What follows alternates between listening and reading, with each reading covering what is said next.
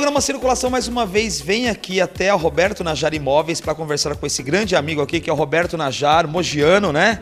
Família de tradição aqui em Mogi há mais de 100 anos. Falar dessa imobiliária bacana que tá de cara nova, né, Roberto?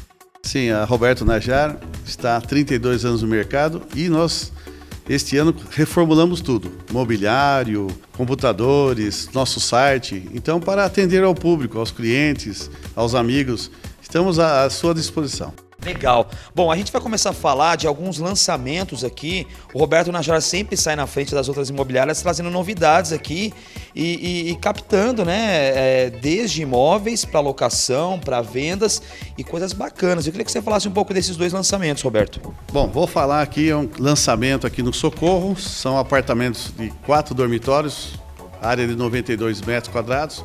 São 2 ou 4 vagas. Eu gostaria que o pessoal viesse ver a planta para a gente poder estar mostrando para o futuro comprador. E também temos aqui em Mogi o lançamento do condomínio fechado. São terrenos a partir de 300 metros quadrados. É para estourar, tá? É um lançamento com diferenciação de preço. E esse daí fica onde?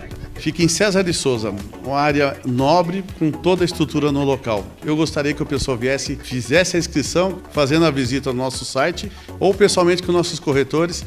Nós iremos levá-los até o local. Com certeza vocês vão ficar de boca aberta com esses lançamentos. Eu tô vendo aqui que tem até uma infraestrutura bacana com piscina, sala de ginástica, né?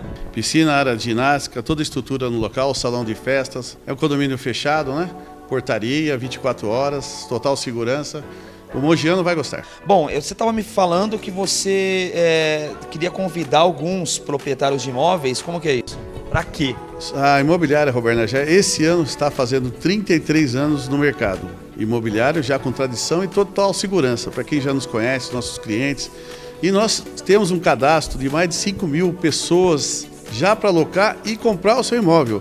Então nós estamos fazendo essa mensagem, essa captação para que os proprietários nos tragam. Essas casas que ficam fechadas, só dá prejuízo, né? Água, luz, imposto predial. Então vem aqui, condomínio, o apartamento fica fechado. Nós temos uma boa clientela para ter uma boa segurança, um bom cadastro e um bom fiador.